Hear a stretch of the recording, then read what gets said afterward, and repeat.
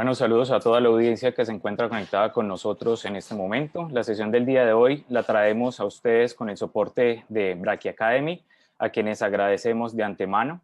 We would like to thank the audience that is connected with us at this moment. Today we are carrying out this activity with the support of Brachia Academy, whom we thank in advance.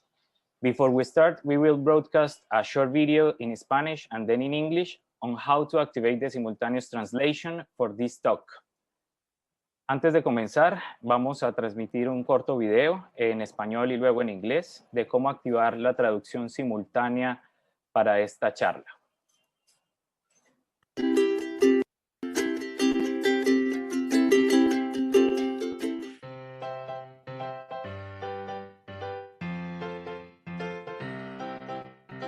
Instrucciones para la traducción simultánea. Primero, dar clic en el botón Interpretación. Segundo, seleccionar el idioma. Tercero, clic en la opción Silenciar el audio original. Importante: nunca debe de estar en check esta opción.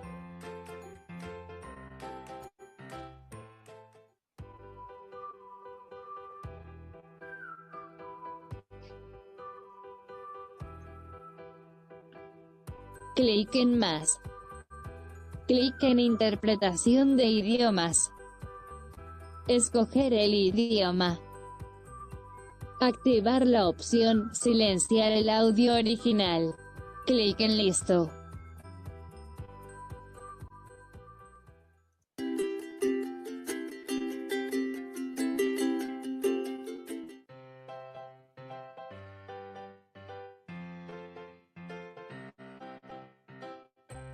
Instructions for simultaneous translation. First, click on the button Interpretation. Second, select the language. Third, click on the option Mute the original audio. Important: you should never be in check this option.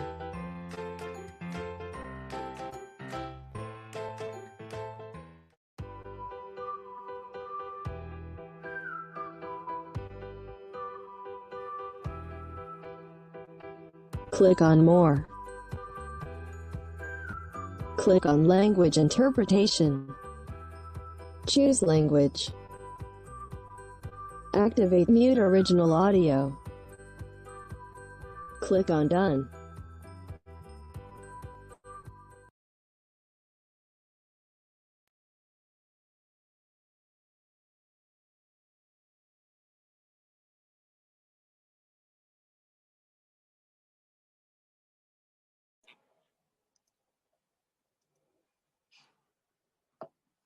El día de hoy abordaremos el tema de braquiterapia adaptativa guiada por imágenes en cáncer de cérvix, intracavitaria e intersticial basada en resonancia magnética. Como moderadores el día de hoy tenemos al doctor Apolo Salgado, médico radiooncólogo, director de Departamento de Radioterapia del Instituto Nacional del Cáncer de Chile, y quien les habla, David Martínez, médico radiooncólogo de la Corporación AUNA en Lima, Perú, y director de Educación e Investigación para Latinoamérica de Rayos contra Cáncer. Antes de dar inicio a la charla, primero que todo, daremos unas breves instrucciones respecto a la dinámica de participación. La audiencia permanecerá con los micrófonos en silencio en aras de evitar posibles interferencias de audio. En el chat box podrán ir formulando las preguntas, además de poder solicitar la palabra levantando la mano, donde se habilitarán los micrófonos en orden de solicitud. Recordarles que esta y otras actividades que la organización está desarrollando se encuentran disponibles en nuestro canal de YouTube, tanto sobre braquiterapia, radiocirugía, contorneo y otros temas de interés en nuestra especialidad. Sin más preámbulo, entonces le doy el paso al doctor Apolo Salgado para que nos haga la presentación de las ponentes del día de hoy.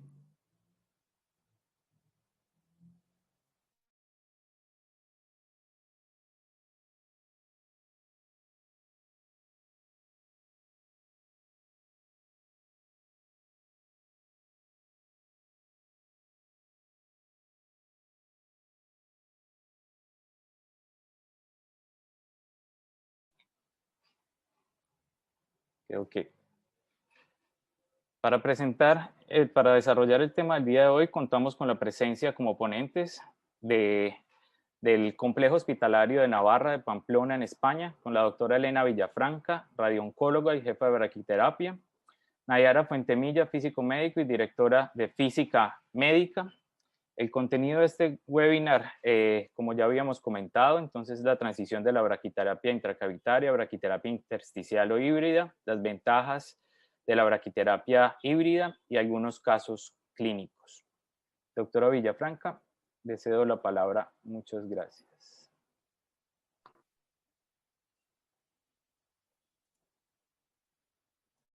Buenas tardes para todos. En primer lugar, y antes de empezar, quiero agradecer enormemente la invitación que nos habéis hecho a esta iniciativa tan fantástica que desarrolláis. Hablábamos ahora con el doctor Martínez desde hace 2 años. Quiero agradecer a toda la Fundación de Rayos contra el Cáncer, también a Braqui Academy, la oportunidad que nos dais de participar en esta iniciativa de mejora de la formación de algo que nos entusiasma a todos, que es la braquiterapia. Y nuestra intención no es nada más que compartir pues, un poquito de nuestra experiencia, de nuestra historia y de conocimientos, y seguir aprendiendo con iniciativas también como las vuestras. Gracias enormemente otra vez a los dos.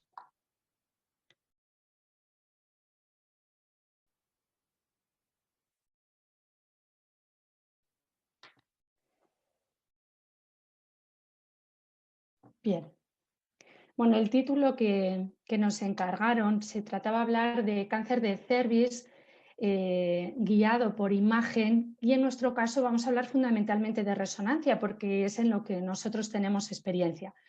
Este es nuestro servicio, que está dentro del Complejo Hospitalario de Navarra. Es un hospital pabellonal que os enseñaré más adelante, y esta es pues, la imagen de nuestro servicio pues, de noche. A la izquierda parte de nuestro equipo, donde además bueno, pues de estar Nayara, que conoceréis más tarde, contamos también con Santiago Pellejero, físico absolutamente importantísimo en braquiterapia, mi compañera Amaya Sola, y otras compañeras como son enfermeras, celadores y auxiliares, todas ellas pues bueno, un equipo necesario para poder trabajar. Este va a ser el índice que yo voy a seguir. Empezaremos por el impacto de la braquiterapia del cáncer de cervix en salud pública, y aprovecharé pues, para mostraros algunas poquitas, muy poquitas imágenes de Navarra, las suficientes como espero que sirvan para animaros a venir y a visitarnos cuando esto sea posible, ¿no? Cuando podamos quitarnos esta tremenda problema de salud que hemos tenido con el COVID y que todos vivimos en nuestros países.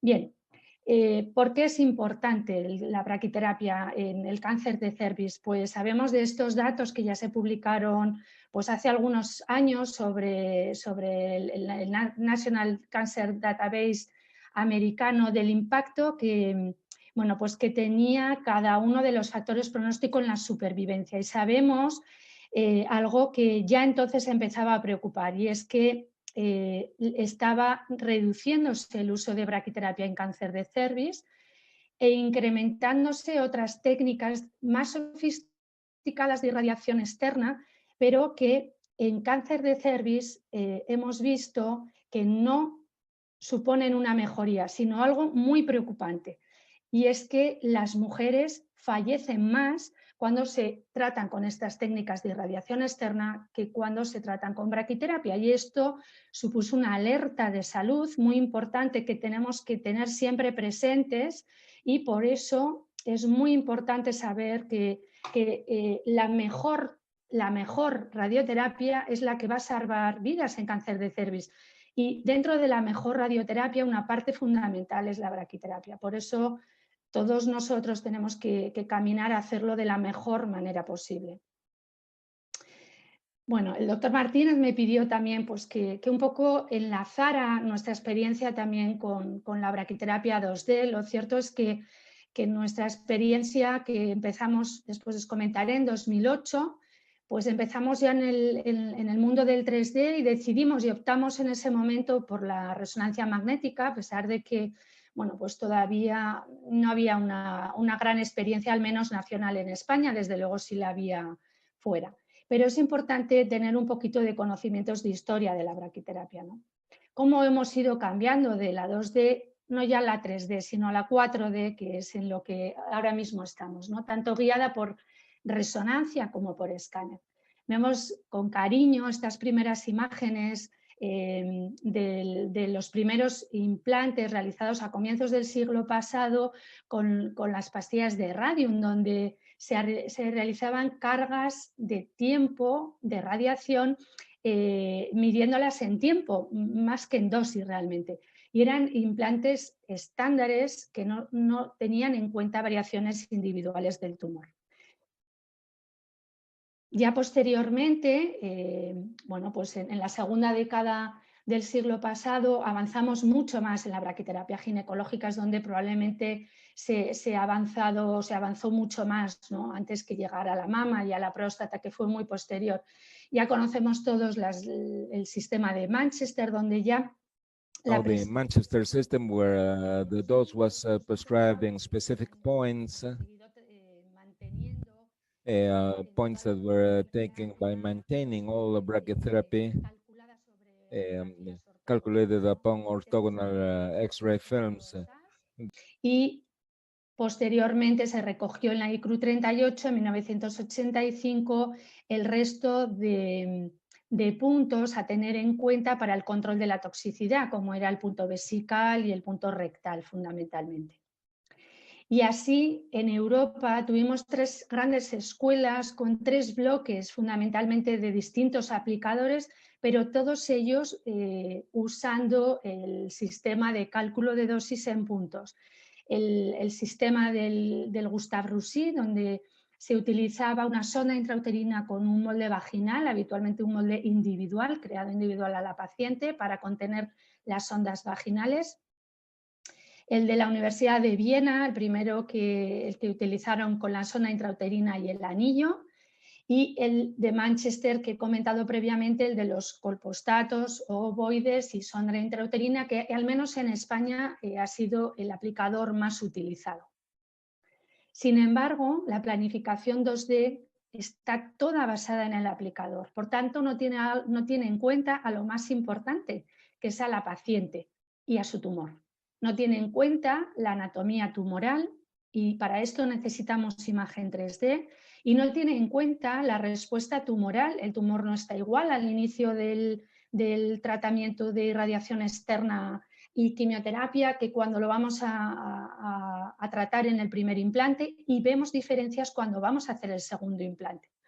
De tal manera que cuando tenemos un tumor que ha hecho una excelente respuesta, como es este caso de la izquierda, pues un procedimiento prácticamente estándar endocavitario va a tratar bien a esta mujer. Pero si tenemos una mujer con una extensión parametrial izquierda que aunque haya hecho una buena respuesta persiste todavía tumor macroscópico y microscópico, ya necesita que adaptemos, que estiremos estas curvas hacia el parámetro izquierdo y para eso solo lo podemos hacer con la colocación de un componente intersticial. Es decir, nuestro aplicador se adapta al tumor, no adaptamos la dosimetría al aplicador, sino el aplicador se modifica y se adapta al tumor y a la respuesta que en ese momento tiene. Bien, ¿qué resultados clínicos tenemos de la IGBT? Pues tenemos pues ya en este momento y en este 2020 pues datos muy sólidos, ¿no? La verdad que muy diferente a cuando nosotros empezamos en 2008. Bien, ¿y qué es la braquiterapia adaptativa? Pues lo acabo de explicar, es aquella en la que buscamos ver cuál es la respuesta que el tumor ha tenido al tratamiento inicial de quimiorradioterapia y adaptamos, modulamos nuestra dosis de braquiterapia a esta respuesta tumoral. Y además nos fijamos cómo están esos órganos de riesgo, si tienen un mayor o menor llenado, a veces el contenido gaseoso podemos no controlarlo bien, fundamentalmente en el sigma, y tenemos que adaptar nuestra dosimetría también a la situación de los órganos de riesgo en cada una de las fracciones. Y esto nos hace hacer una planificación que necesariamente va cambiando en cada una de esas sesiones y ya es una planificación 4D. Bien, estas son, conocéis seguro, las 4 recomendaciones que realizó la IECESTRO empezando en 2005 y acabando hasta 2011 sobre cada uno de los aspectos que eran necesarios conocer, tanto en contorneo de volúmenes tumorales, los conceptos de GTV, CTV de alto riesgo, CTV de riesgo intermedio, los órganos de riesgo, cómo tienen que contornearse en cuanto a la reconstrucción de aplicadores y a la planificación del tratamiento, aunque si bien es cierto que en el tema de la planificación, y al menos nosotros esto lo hemos discutido bastante, las instrucciones son bastante escasas. Y por último, algunas nociones pues, un poquito más finas de cómo debe hacerse las imágenes de resonancia para la planificación del tratamiento de braquiterapia. Creo que son imprescindibles de estudio para cualquier equipo que quiera trabajar en braquiterapia de cáncer de cervix. Bien, y que estas recomendaciones bueno, pues se recogieron de forma muy exhaustiva y muy completa en el último informe ICRU del ICRU 89. ¿Y qué datos tenemos con evidencia? Pues yo creo que ya tenemos datos realmente relevantes. Tenemos 3 bloques de estudios.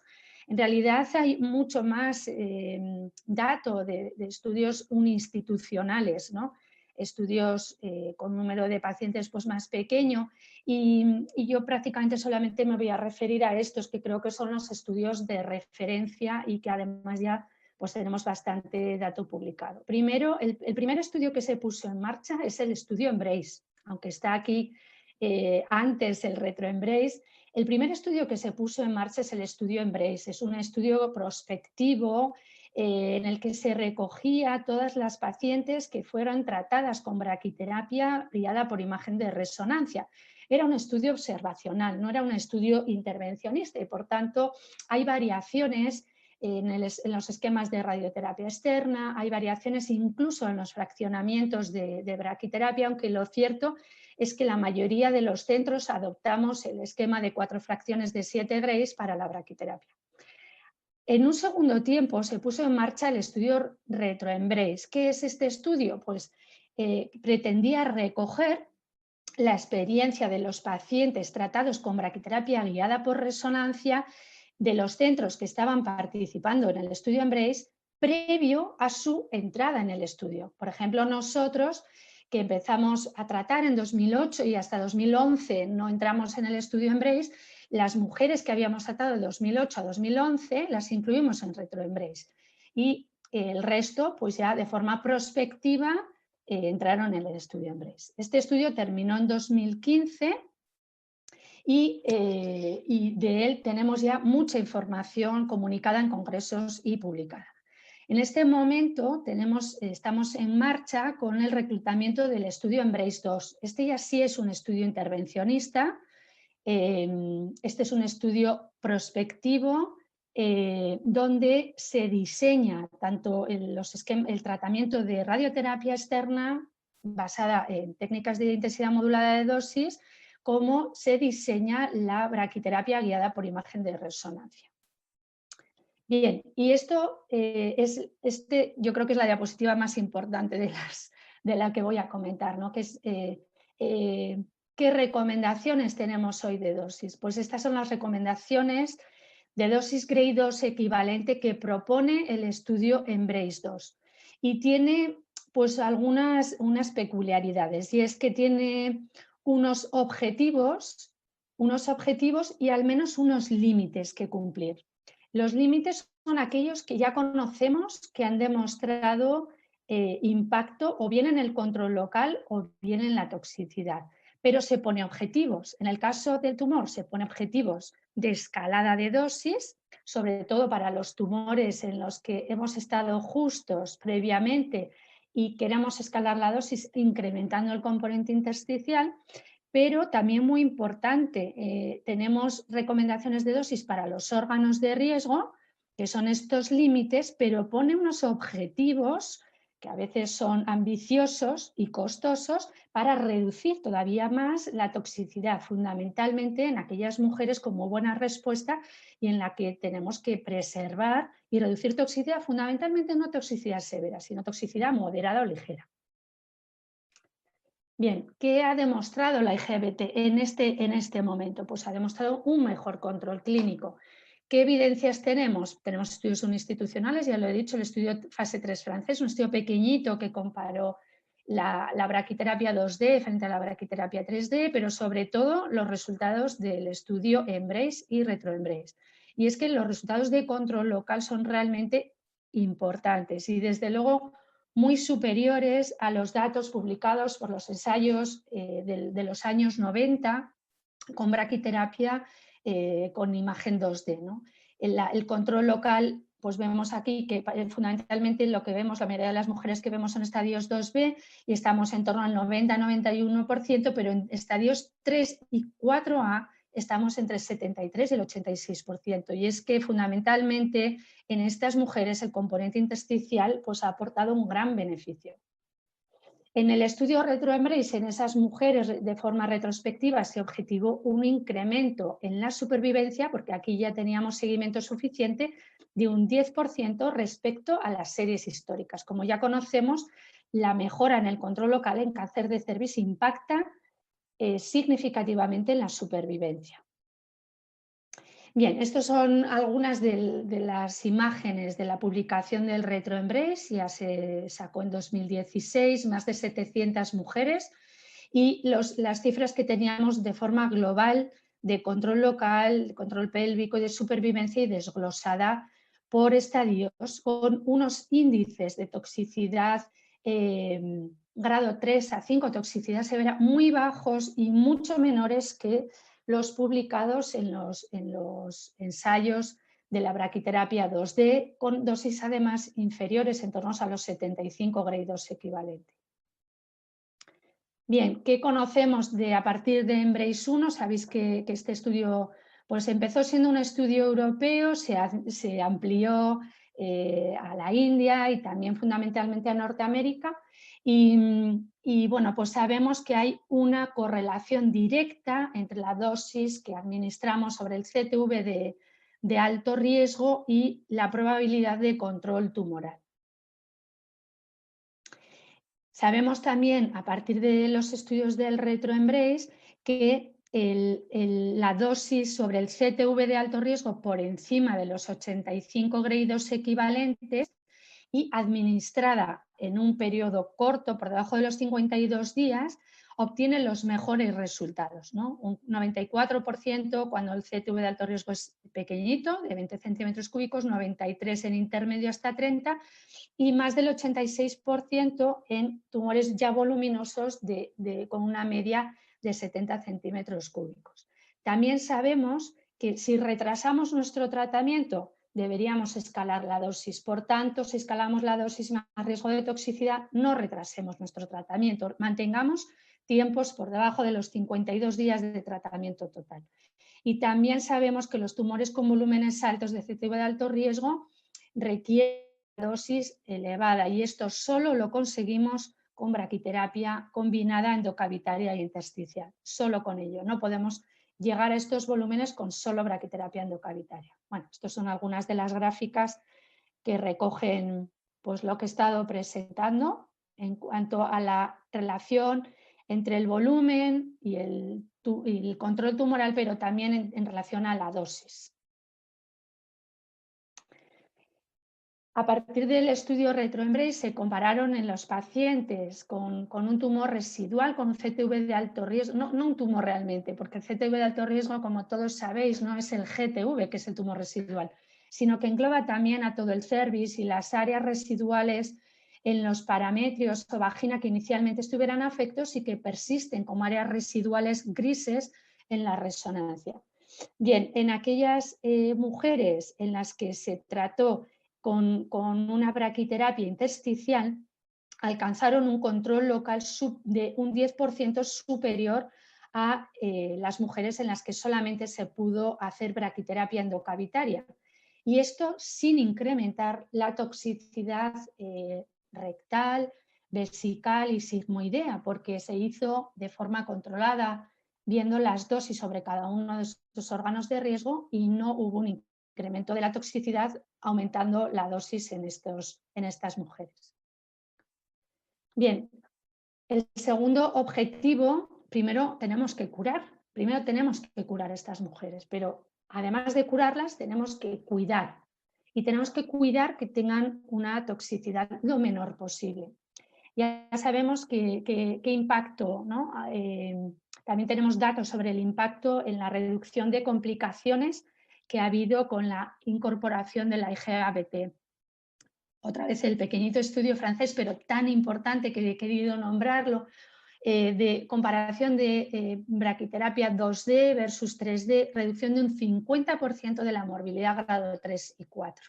Sobre los estudios retroembrace, pues hemos bajado de cifras que estaban entre el 15, 18% de toxicidad grado 3 a estas cifras en el estudio retroembrace: urinaria del 5%, rectal del 7%, vagina del 5%. Incluso en el estudio EMBRACE, que es un estudio prospectivo posterior, donde las dosis se han ido modulando también un poquito más sobre los órganos como la vejiga, el recto y sobre todo el sigma, pues incluso los datos son menores. Pero es muy importante que tengamos parámetros objetivos, porque si no, no podemos trabajar. Necesitamos tener parámetros objetivos de dosis-respuesta, y esto ya lo tenemos con las publicaciones que han aparecido del EMBRACE. Este primer artículo, que se publicó en 2016 en relación a la toxicidad rectal, pues vemos que las mujeres en las que se ha conseguido tener un D2CC por debajo de 75 grade 2 equivalente, pues tenemos de un 0 a un 2,5% de fístula versus un 12% cuando nos pasamos de dosis. Ojo.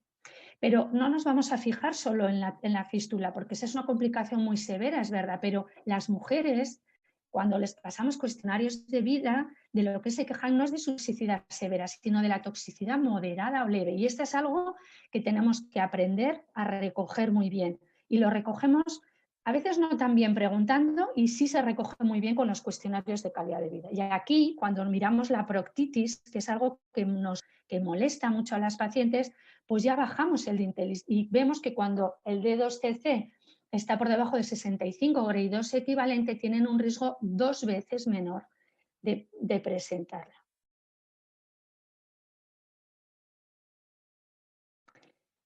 Bien, en cuanto a la toxicidad urinaria, pues recogemos lo mismo. Hay unos índices realmente bajos de cistitis y de sangrado que vuelven a tener correlación con la dosis en la vejiga, con la dosis en el D2CC de vejiga, siempre corregido a grade 2 equivalente. Y ya esta publicación pues nos orientó a que las complicaciones tardías urinarias se relacionaban con unas dosis en vejiga, un D2CC por debajo de los 80 grays. Fijaros, en las primeras recomendaciones, cuando empezamos con EMBRACE 1, las recomendaciones sobre vejiga permitían un D2CC hasta 90 grays.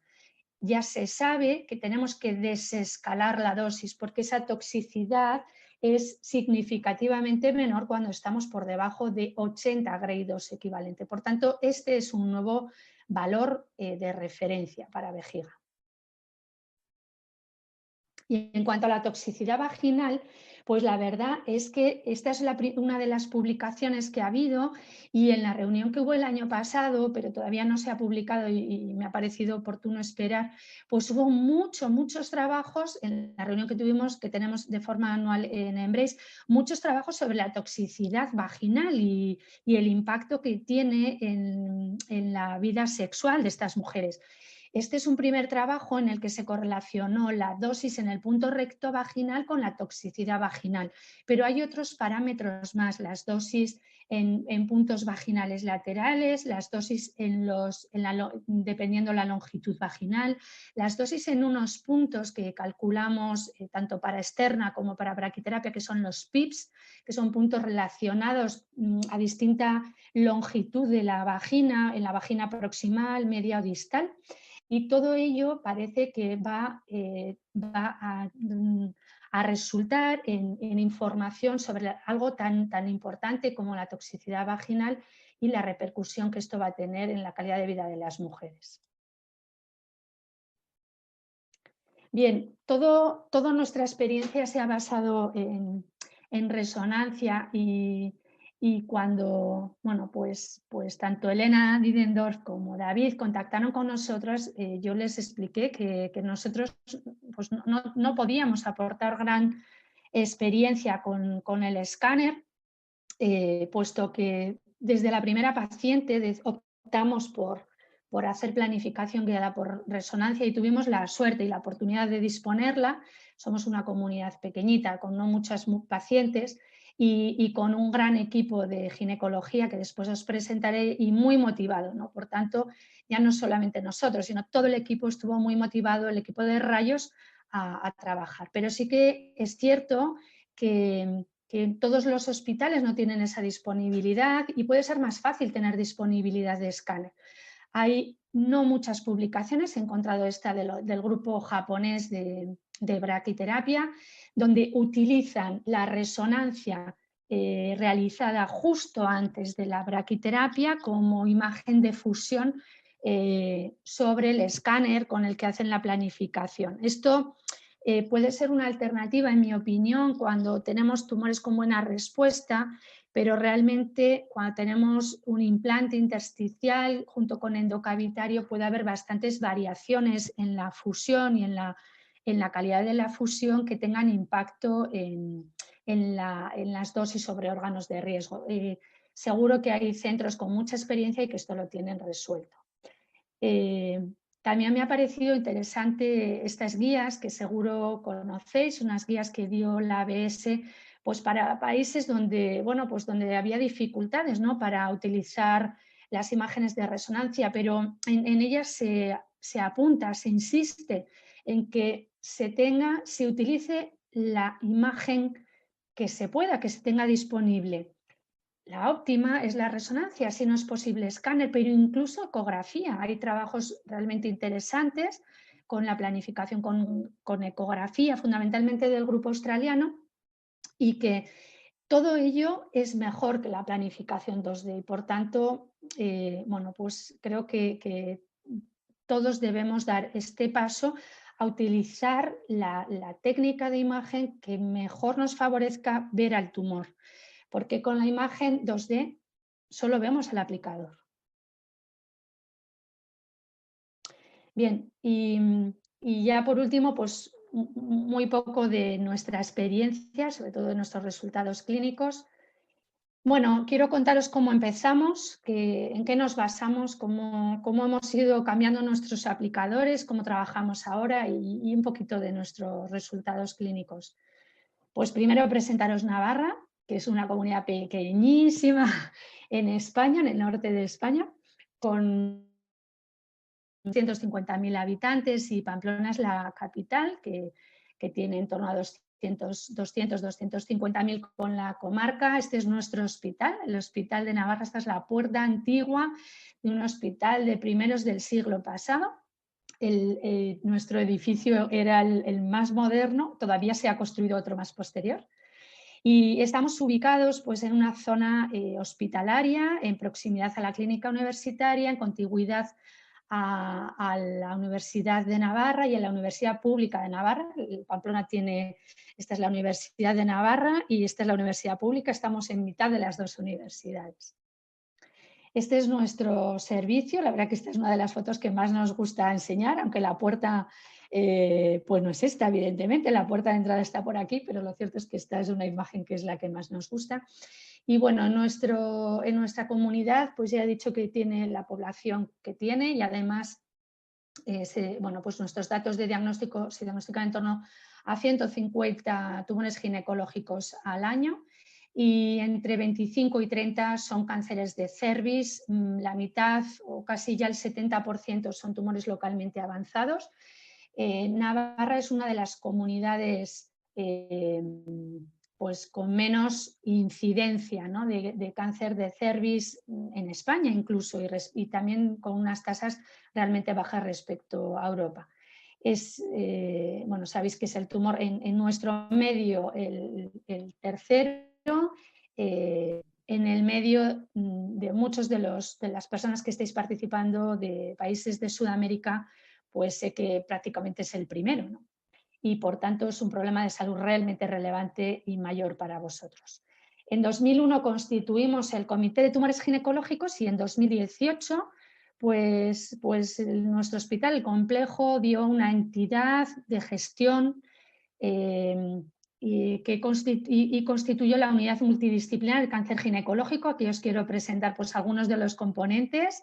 Y sobre todo, bueno, pues gente que lleva mucho tiempo, también alguna gente joven, como son estos residentes que ahora ya, pues que ya prácticamente han terminado. Y la verdad que fue el tirón de este comité multidisciplinar que nos hizo trabajar de esta manera y nos hace trabajar así, ¿no?, cada día. En cuanto a nuestra sección, pues ya os he presentado al principio al equipo, ¿no?, al parte del equipo. Somos un equipo, pues yo creo que muy unido, que trabajamos muy bien y trabajamos mucho. Esta es un poco nuestra distribución de procedimientos. Como en casi todos los sitios en Europa, la próstata pues juega un papel importante, pero los tumores ginecológicos son el segundo, también la mama. Hacemos otras patologías en número casuística menor como esófago, bronquio, recto. Tenemos un programa realmente bonito de braquiterapia intraoperatoria para tumores de recidivas pélvicas, tanto ginecológicas como recto, vejiga, un programa de sarcomas de braquiterapia peroperatoria y la piel, que también en España desde luego es una indicación que está incrementándose. Este es nuestro equipo, trabajamos, bueno, aquí ponemos 3, en fin, 2 y medio, sí que 2 radiofísicos que corren de un lado para otro y 3 enfermeras que las tenemos con nosotros. Tenemos 2 salas, un quirófano general que está en el mismo edificio y que se ha dotado para hacer todos los procedimientos de braquiterapia, pero sobre todo cirugía completa para hacer en ella la braquiterapia intraoperatoria, y un radioquirófano donde hacemos los tratamientos con el equipo de alta tasa con el Flexitron y hacemos el procedimiento de próstata de alta tasa de dosis, que lo hacemos en la misma sala. Bien, contamos con puestos de OnCentra. En el caso de la red administrativa decidimos integrarla con la red Eclipse, puesto que en la irradiación externa trabajamos con aceleradores Varian y tenemos un sistema de codificación previo que da respuesta a esta cartera de servicios de procedimientos que realizamos y que ya os he comentado antes. Nuestro primer procedimiento, nosotros hicimos el primer procedimiento el 23 de abril, aquí está equivocado en esta diapositiva de Amaya de mayo, fue el 23 de abril, día de San Jordi, hicimos a la primera mujer con un tratamiento de una cúpula vaginal y la segunda mujer, tengo que deciros que fue un cáncer de cervix que tratamos a la 1 de la mañana, hora española, 1 de la madrugada, es decir, que no fue fácil empezar con esa resonancia. Empezamos con la braquia intersticial en 2011 y estamos activamente participando en los estudios EMBRACE. ¿Y qué hicimos? Pues nos pusimos a estudiar. Teníamos claro que las pacientes teníamos que explorarlas y aprendimos a reportar nuestra exploración física de acuerdo a los clinical drawings que propone el EMBRACE y que son objetivos que nos definen dónde está nuestra localización tumoral y cuánto mide nuestra localización tumoral. También nos pusimos a estudiar por qué resonancia, por qué escáner. La resonancia hay múltiples, en ese momento, en 2008, ya había muchas publicaciones comparándolas y creímos que elegíamos el mejor camino. Veíamos que la variación de las imágenes La relación del tumor y del CTV de alto riesgo con los órganos de riesgo pues es muy superior con resonancia y, como digo, pues contamos con la colaboración de rayos, ¿no?, de nuestro comité de tumores. Y lo siguiente es que nos pusimos a estudiar resonancia y estudiamos de la mano de los radiólogos. Los radiólogos vivieron con nosotros toda la braquiterapia de inicio, aprendimos la anatomía normal, la localización de cada una de las partes de cervix, dónde empieza el cervix, dónde se ve la arteria uterina, dónde empieza la vagina, qué es eso del parametrio, cómo lo vemos, y empezamos a aprender criterios de sospecha de extensión cervical en la resonancia, porque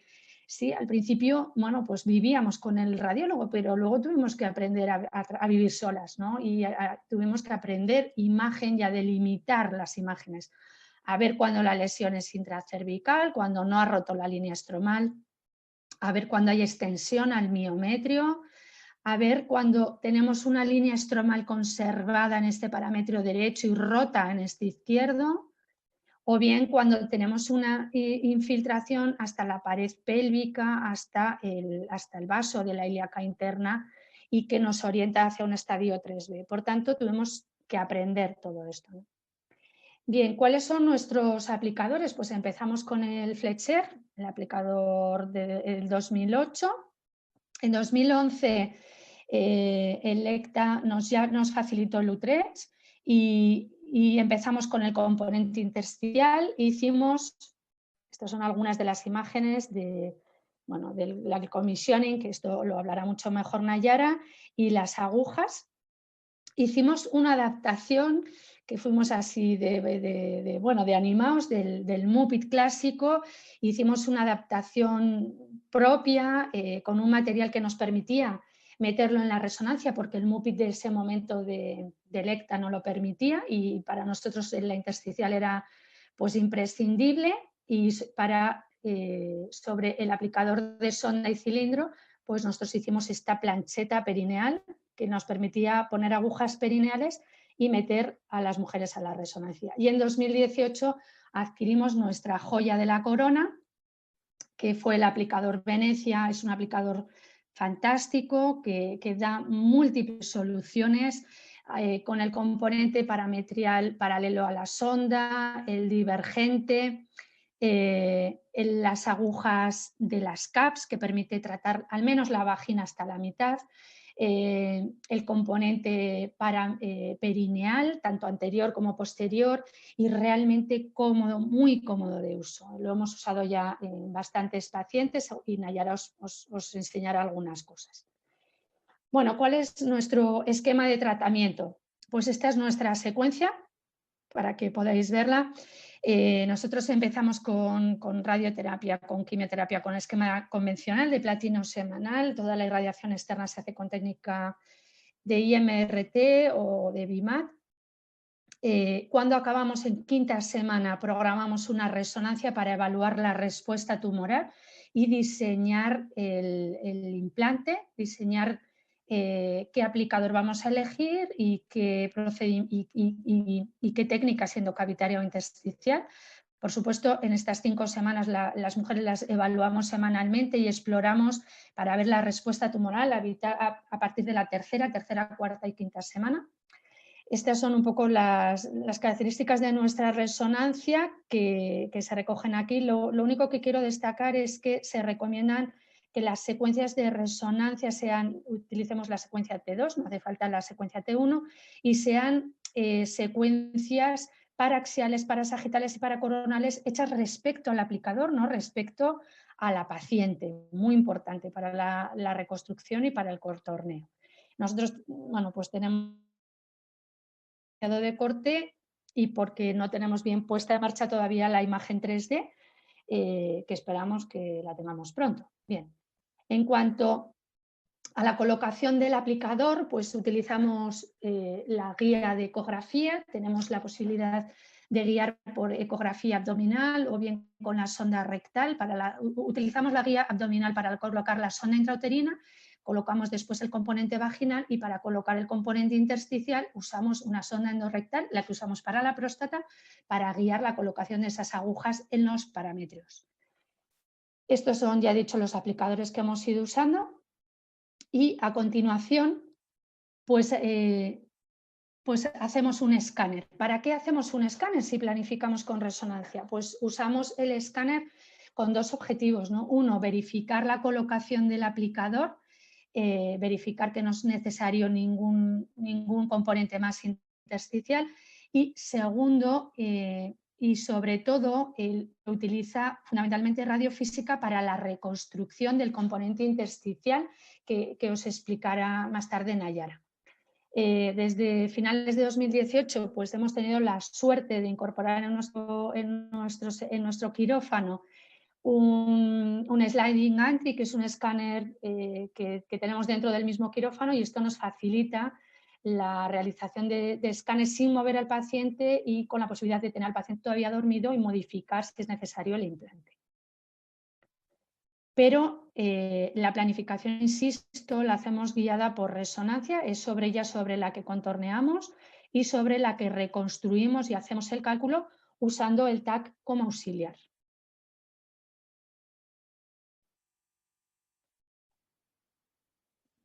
Bien, ya he dicho esto. Después de la primera sesión, las pacientes quedan ingresadas y al día siguiente, en la segunda fracción, esto también lo hemos empezado a hacer pues, desde hace no mucho tiempo, desde hace 1 año y medio, hacemos una verificación con TAC del posicionamiento de los órganos de riesgo respecto al aplicador en la segunda fracción. Si vemos que no hay modificaciones, se trata de igual manera. Si vemos que hay modificaciones relevantes, se recontornean los órganos de riesgo sobre este TAC y se hace una modificación, intentamos leve, de la dosis de esta segunda fracción antes del tratamiento. Posteriormente se desimplanta y la paciente es dada de alta. Administramos 2 fracciones de 7 grays en el primer implante y en el segundo implante repetimos todo el procedimiento con 1 semana de intervalo para hacer una dosis total de 4 fracciones de 7 grays. Bien, ¿cuáles han sido pues, nuestros resultados? Los publicamos pues hace ya 2 años con lo que habíamos revisado hasta 2017. Ya he dicho que inicialmente tratábamos con 3D, pero desde 2011 con IMRT, con bus integrado, y recogimos la experiencia sobre 57 pacientes con ya más de 5 años de seguimiento. Estas son nuestra serie y nuestra dosimetría. Y nuestros resultados, el control local de nuestra serie global reproduce lo que ha salido en Embrace, ¿no? 90% de control local, de ellas 94% en estadios 2B y 70% en estadios 3 y 4A, con una supervivencia cáncer específica del 74%. Bien, y ya para acabar, pues bueno, quiero agradecer enormemente, empiezo por Brachy Academy. Para nosotros pues ha sido un honor aparecer en este mapa, ¿no? En este mapa fantástico de centros pues, que intentamos trabajar lo mejor que podemos y trabajar mucho, y llegamos a este acuerdo después de 10 años trabajando con Electa. Llegamos a este acuerdo hace 2 años, en 2018, de forma bueno, pues ya institucional. Se firmó un acuerdo entre Brachy Academy y nuestro sistema navarro de salud para fomentar la formación internacional, y hemos hecho ya algunas iniciativas. El año pasado pues algunos compañeros pues de Chile, de Perú, de Colombia estuvieron con nosotros allí en Pamplona y tuvimos la oportunidad de aprender de todos muchísimo en un workshop de cáncer de cervix. Este año las cosas han cambiado y vamos a nuestro próximo workshop, que va a ser el 20 y 21 de enero, va a ser online, va a ser una iniciativa online con contenidos también prácticos, que tendrán que ser en vídeo en lugar de entrar al quirófano como hicimos el año pasado, pero que intentaremos que sean contenidos muy prácticos sobre cáncer de próstata en tiempo real. Y, por supuesto, agradecer a la Fundación Rayos contra el Cáncer esta iniciativa, gracias por darnos la oportunidad de formar parte de este montón de iniciativas que habéis puesto en marcha para mejorar la formación en braquiterapia, que realmente para nosotros es un placer y un lujo. Muchas gracias a todos.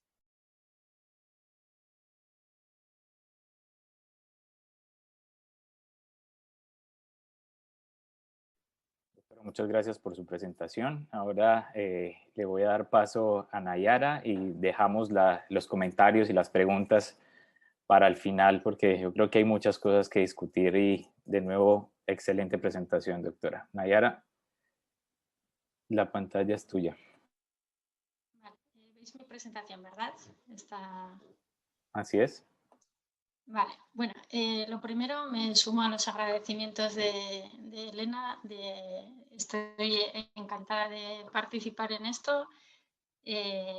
Todavía no tengo mucha experiencia en este tipo de eventos, de dar charlas y demás, así que bueno, espero que disculpéis mis errores. Pero bueno, insisto en que es un honor para mí y espero seguir aprendiendo. Bueno, yo os voy a pasar a hablar sobre la braquiterapia ginecológica en 3 dimensiones, va a ser una charla un poco más técnica sobre cómo haremos la aplicación de la braquiterapia y incidiré más sobre los aspectos físicos.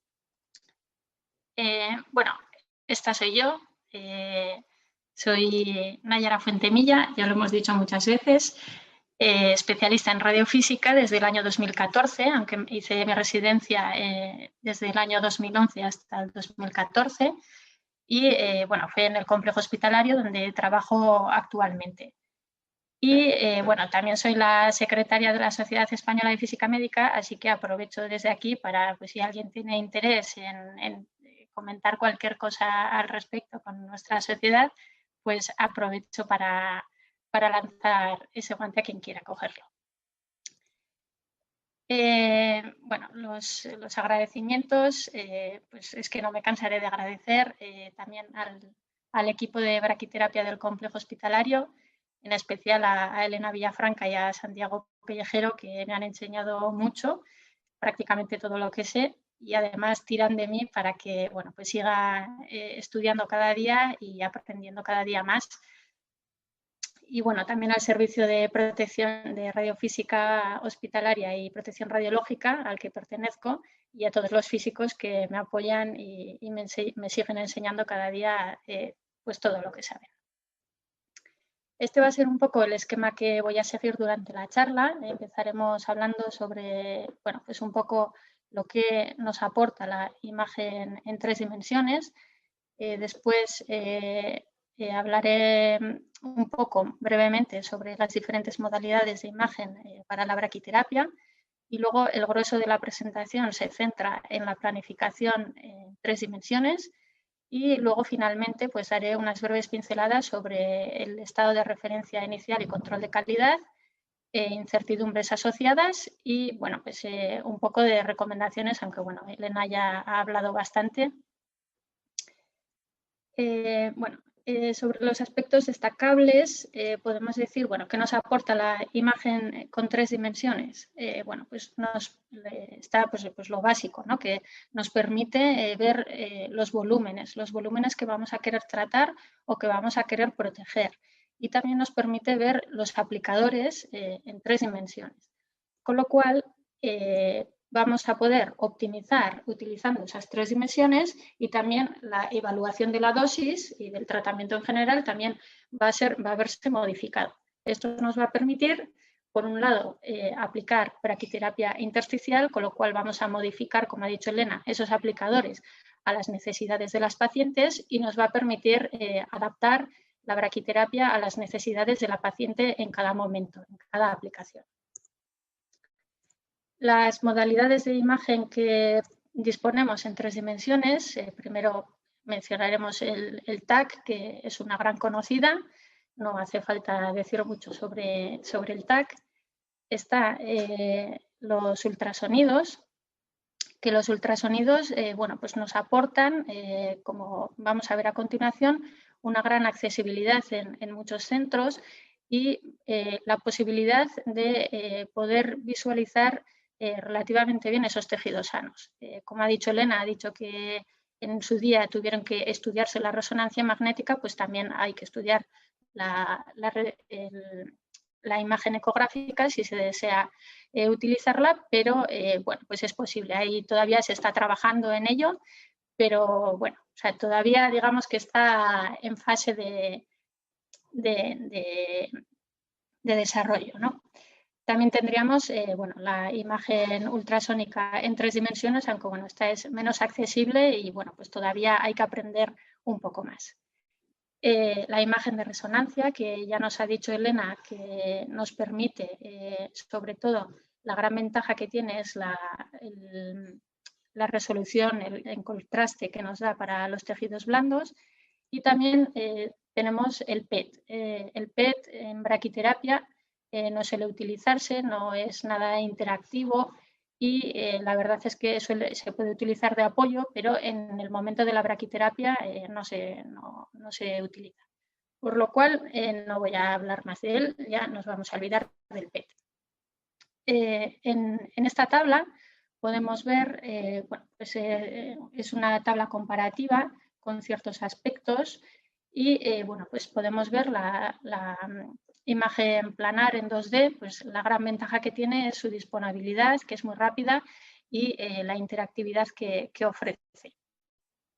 Pero bueno, pues queremos trabajar en 3 dimensiones, pues esta no nos vale. Como bien sabéis, pues la anatomía no se ve en esta imagen.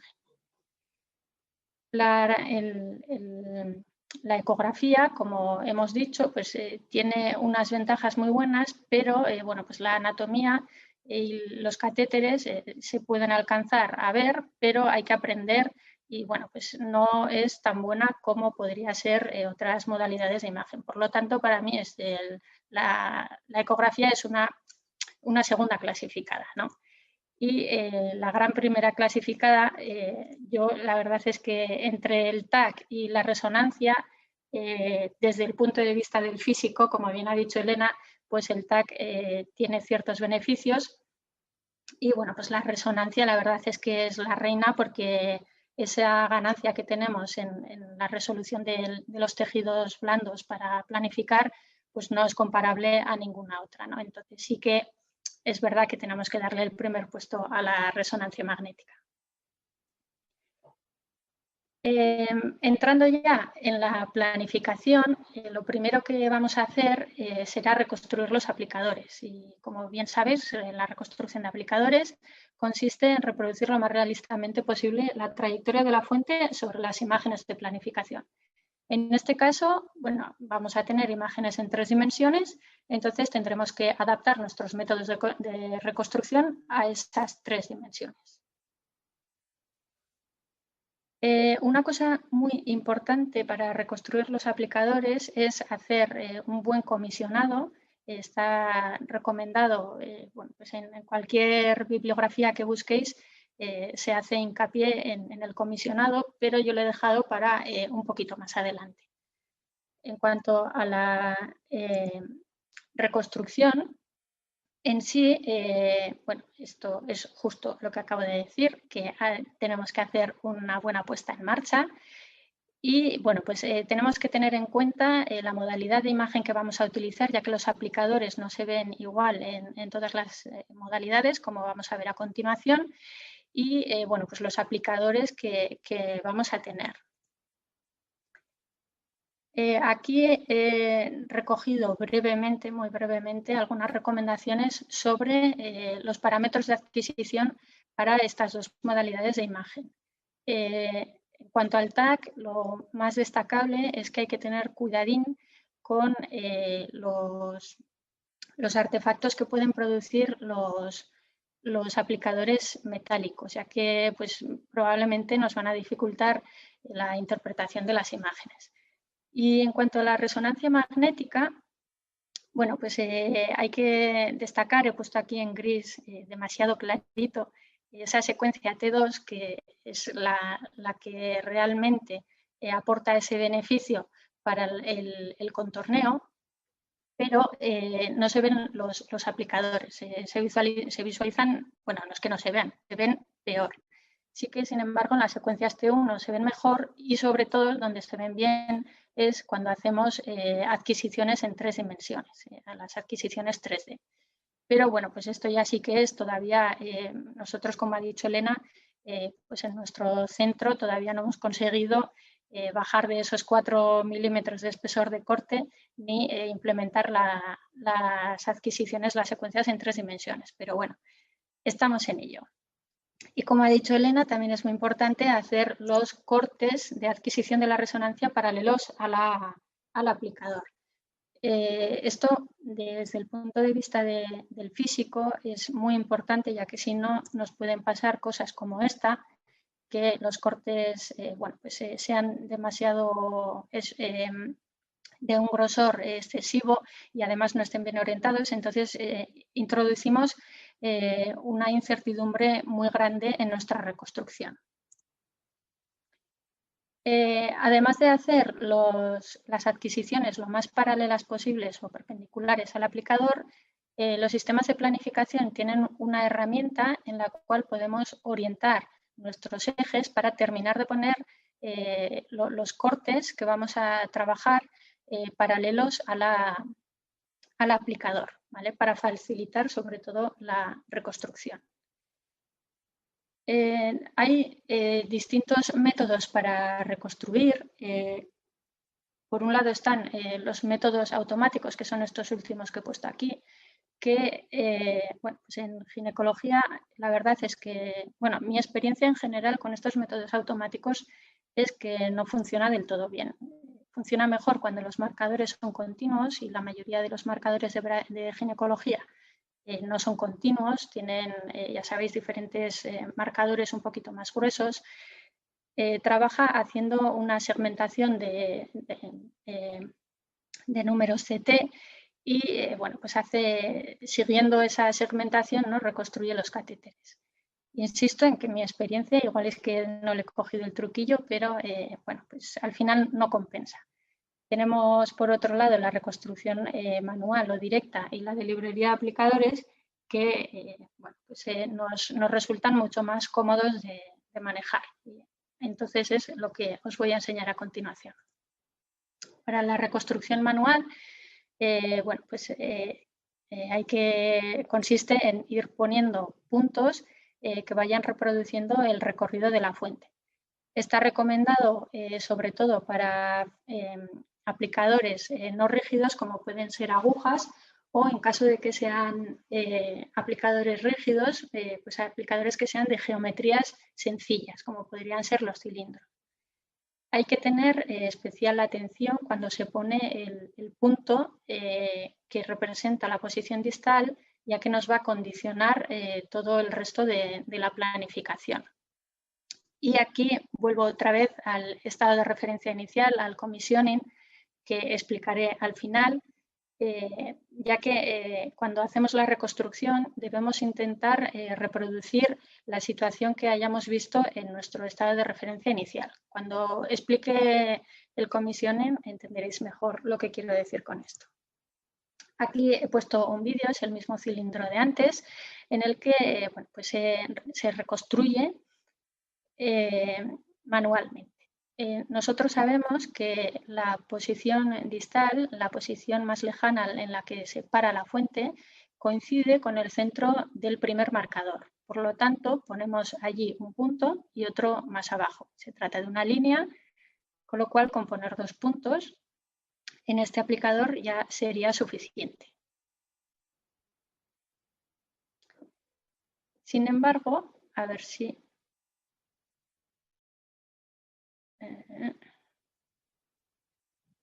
Aquí tenemos otro vídeo en el que reconstruyo un aplicador Utrecht en el que, a ver, un segundito aquí.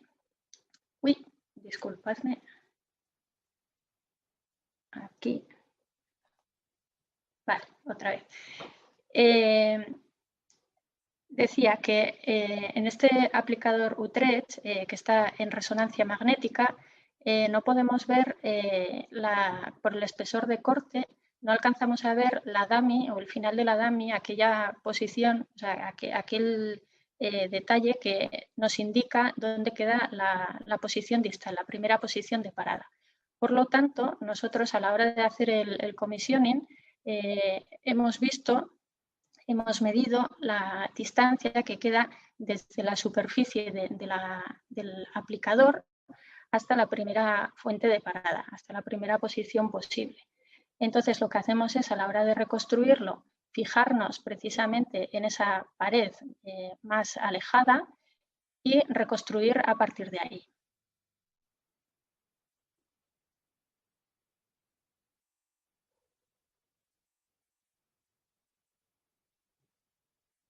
Vale. Luego, al final, una vez que hayamos reconstruido nuestro aplicador, introduciremos cuál es esa distancia que, aquí abajo lo podéis ver, esa distancia que nosotros hemos medido en el comisionado, desde la superficie del aplicador, que es lo que vemos en esta modalidad de imagen, hasta la primera posición de parada. Vale. Otra manera de reconstruir los aplicadores es a través de la librería. He traído aquí otros vídeos para enseñaros un poco cómo son. Se trata de archivos que son en 3 dimensiones, ¿vale? Que representan los aplicadores. Se puede seleccionar cada una de las partes. Hemos visto cómo seleccionaba la sonda intrauterina y también los diferentes tamaños de las secciones del cilindro. También el aplicador Utrecht, en el que seleccionamos cada uno de los ovoides por separado. Podríamos, si quisiéramos, combinar diferentes tamaños, y también los grosores y la angulación de la sonda intrauterina. Y finalmente, el aplicador Venecia, la niña bonita del servicio, nuestra última adquisición. También se trata de un aplicador de anillo, como habéis visto, y tiene la particularidad de que el anillo está dividido en 2 mitades, por lo tanto tenemos que seleccionar cada una de las mitades, y también tiene estas piezas vaginales que nos permiten tratar los tercios superiores de la vagina, o la primera mitad, y también en algunos casos hay sitios en los que se utiliza para separar el recto de la zona de tratamiento. Bien, ¿cómo utilizamos la librería de aplicadores? Bueno, pues se trata de hacer una fusión a puntos entre el archivo de la librería de aplicadores, nuestro aplicador, y nuestras imágenes. Por lo tanto, se pueden definir en la librería de aplicadores unos puntos que son los que nosotros vamos a identificar en nuestras imágenes. Aquí tenemos un cilindro multicanal con sonda intrauterina y, como veis, ya se han posicionado los puntos, y después se puede hacer movimientos de traslación y de rotación para hacerlo encajar perfectamente.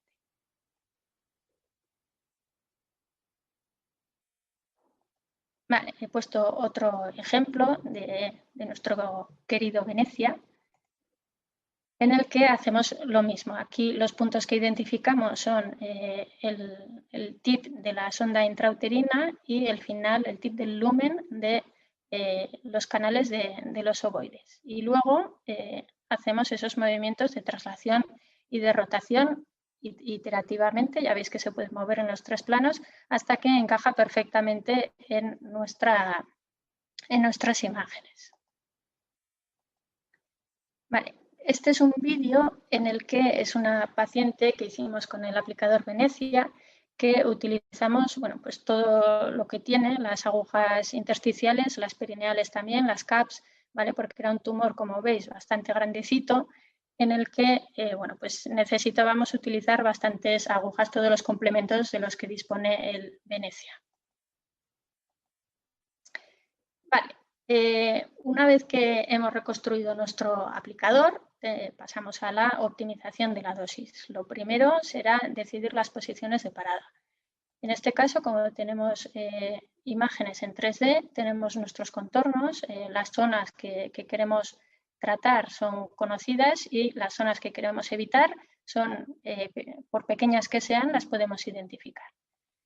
Entonces podemos decidir aquellas zonas en las que las posiciones nos interesa activarlas o no, según si se acercan demasiado a un órgano de riesgo o, sin embargo, están alejados y nos interesa activarlas para cubrir adecuadamente nuestros CTVs en este caso. Para optimizar la dosis, una vez que ya hemos decidido cuáles van a ser esas posiciones de parada, para decidir cuánto tiempo van a estar la fuente en cada una de esas posiciones, hay diferentes tipos de optimización. Una de ellas es la inversa, que también la he querido mencionar la primera, precisamente porque no está recomendada para braquiterapia ginecológica. Como sabéis, la optimización inversa consiste en introducir una serie de parámetros objetivos de dosis en el planificador y que éste nos devuelva un resultado. El problema de este tipo de optimización para la braquiginecológica es que los implantes son la geometría es muy irregular, entonces se crean puntos fríos y calientes en zonas que no podemos controlar y tenemos que invertir mucho tiempo en corregir esas zonas, ¿vale? Además, bueno, pues puede producir errores si alguno de esos puntos fríos o calientes no se corrigiera. Entonces, bueno, pues la verdad es que no ofrece ninguna ventaja este tipo de optimización. Entonces, se suelen utilizar las otras dos. La primera de ellas, la optimización geométrica, en la que el planificador tiene en cuenta la región que está marcada o señalada con las posiciones activas y hace una optimización geométrica para, de alguna manera, dar cierta homogeneidad a esa región que decimos que está marcada por esas posiciones activas. Bueno, hay entre estas dos modalidades, la lineal y la volumétrica, hay pocas diferencias, pero bueno, pues en algunos casos es más útil utilizar una o la otra. Luego, la optimización directa, la optimización gráfica, consiste simplemente en mirar en los cortes aquellos lugares en los que queremos modificar la dosis y estirar de las isodosis, pinchar y estirar. Con este método también tenemos que tener cuidado porque también es fácil despistarse, emocionarse un poco y crear zonas calientes y zonas frías, ¿vale? De una forma heterogénea que no convenga a la aplicación. Y finalmente,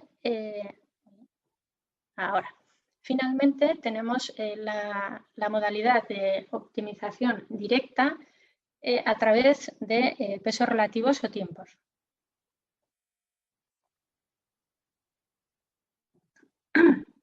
Ay, disculpad. Bueno, entonces, como bien sabéis, esta modalidad, que supongo que es la que utilizáis más habitualmente, consiste en dar tiempos relativos, pesos relativos o tiempos absolutos a cada una de las posiciones de parada que hemos planificado. Ay, disculpad. Bueno, una vez que hemos optimizado, ya tenemos un poco algún punto de partida, debemos normalizar la dosis para decirle cuánta dosis o ese 100% de la dosis a qué zona queremos dársela.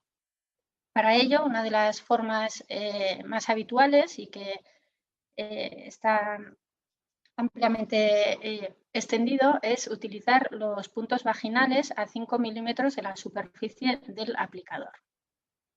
Aquí vemos en un caso de un cilindro y un caso de los ovoides en los que podemos ver todos esos puntos de normalización a 5 milímetros de la superficie. Y por otro lado, los puntos ICRU, que se definen en la ICRU, los puntos A, que como bien sabéis están a 2 centímetros en lateral de la sonda intrauterina y a 2 centímetros desde la superficie del aplicador. El proceso de optimización al completo se podría resumir de la siguiente manera. Primero haríamos una optimización a través de pesos relativos, por ejemplo. Después haríamos una normalización a puntos. Después evaluaríamos esa optimización que hemos obtenido y a partir de aquí entraríamos en un bucle optimizando y evaluando iterativamente hasta que alcancemos un resultado que sea de nuestro agrado y este sería el tratamiento escogido. Para evaluar la dosis, bueno, pues tenemos diferentes herramientas. La primera de ellas, ya la he mencionado, consiste en ir corte a corte y evaluar aquellas zonas en las que la dosis se nos queda un poquito corta o, sin embargo, se acerca demasiado a los órganos de riesgo y nos permite buscar aquellas zonas en las que queremos modificar la dosis. Por otro lado, tenemos los histogramas y una de las cosas que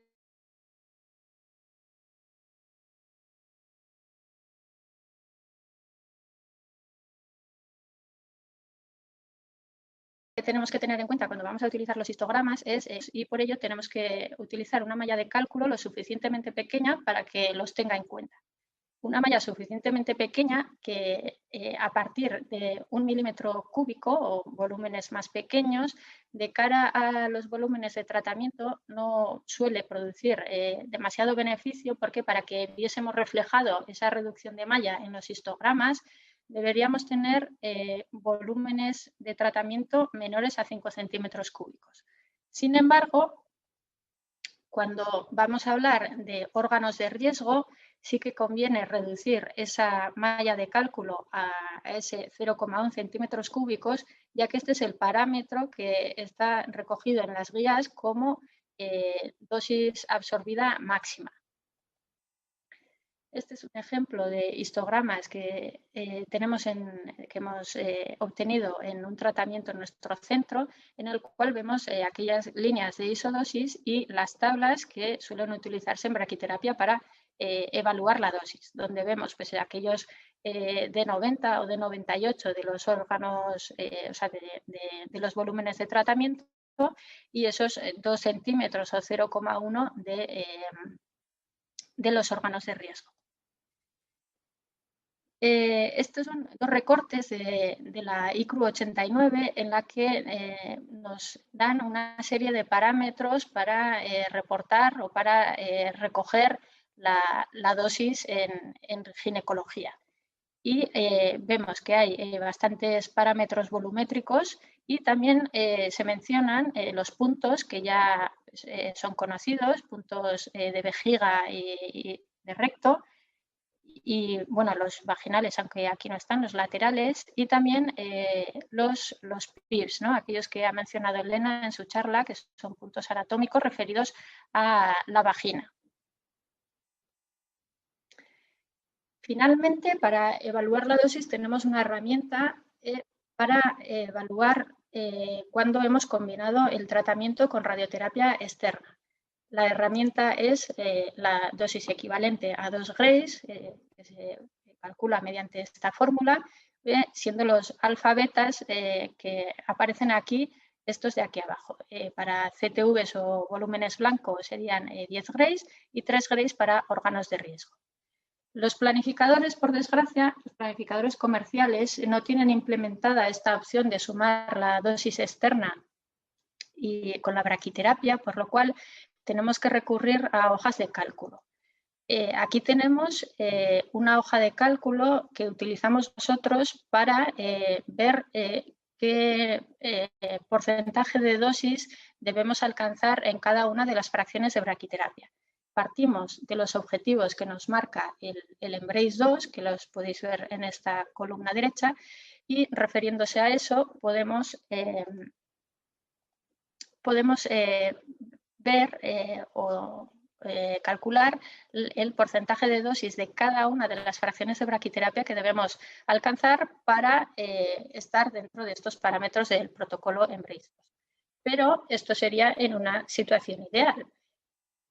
Tenemos esta otra hoja de cálculo en la que vamos modificando los parámetros de cada una de las aplicaciones.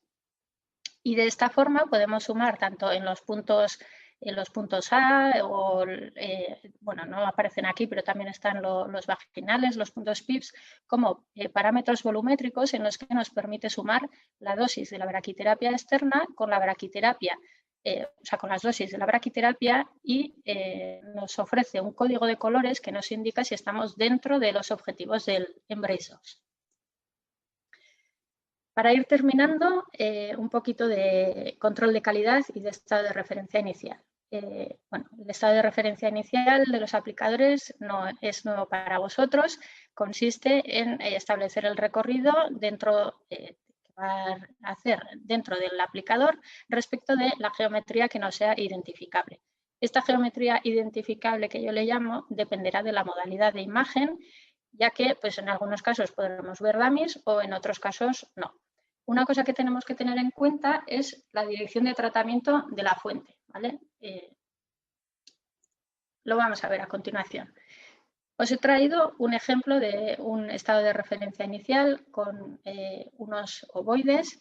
Aquí vemos unas placas de rayos X que hicimos con las dummies, en la que mediamos la distancia que queda desde el centro del marcador hasta la superficie del aplicador. Además, también podemos ver la forma que coge la dummy dentro del canal del ovoide. Por otro lado, hicimos autorradiografías programando una serie de posiciones de parada y también medimos la posición. Una de las posiciones de parada, la más importante, es la posición distal y medíamos la distancia que había desde esa posición distal hasta la superficie del aplicador que se marcó con un rotulador. También se intentó visualizar, bueno, esta no es la mejor imagen para esto, pero se hizo a través de otras imágenes, para visualizar el recorrido que hace la fuente dentro del aplicador. Y se compararon las dos. Como vemos, el recorrido que hace la fuente no coincide ni con el centro del canal ni con el recorrido que nos marcarían las dummies. Y como os digo, tenemos que tener en cuenta la dirección en la que irradia la fuente, ya que no se produce el mismo dibujo o el mismo recorrido dentro del canal cuando la fuente trata al entrar o trata al salir, ya que las fuentes, o sea, las fuerzas de tensión que se crean entre el cable y las paredes del aplicador no son las mismas. Y también hicimos un tag, un escáner de los aplicadores para visualizar bueno, pues el grosor de las paredes, la geometría básicamente, y buscar si hubiese algún defecto de construcción, alguna muesca o algún escaloncito o algo que nos pudiese producir una obstrucción de la fuente. Este es el caso del aplicador Venecia, en el que también hicimos las autorradiografías para poder medir esas distancias hasta la línea que divide el aplicador, esa fue nuestra referencia, y también imágenes de rayos X con las dummies y con la fuente de tratamiento. Sobre el comisioning de los sistemas de planificación.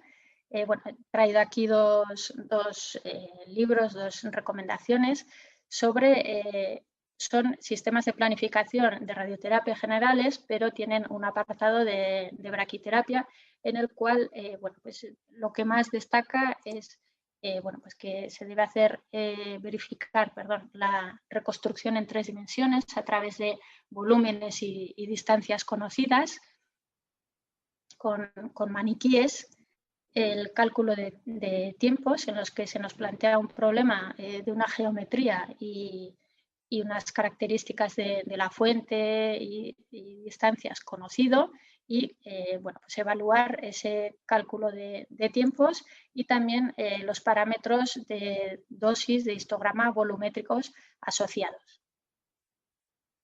Sobre las incertidumbres, bueno, he traído aquí un artículo, pero bueno, hay muchos que van en That is helpful for us work in the same area in which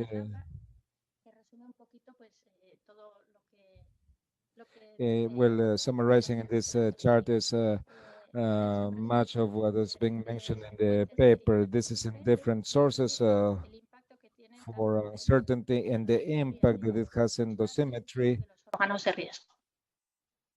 De la parte que más nos atañe a los físicos, el aspecto que más incertidumbre puede crear es la reconstrucción de aplicadores, que puede suponer hasta un 4% de incertidumbres, que parece, bueno, parece no, es bastante, aunque no es la fuente de mayor error.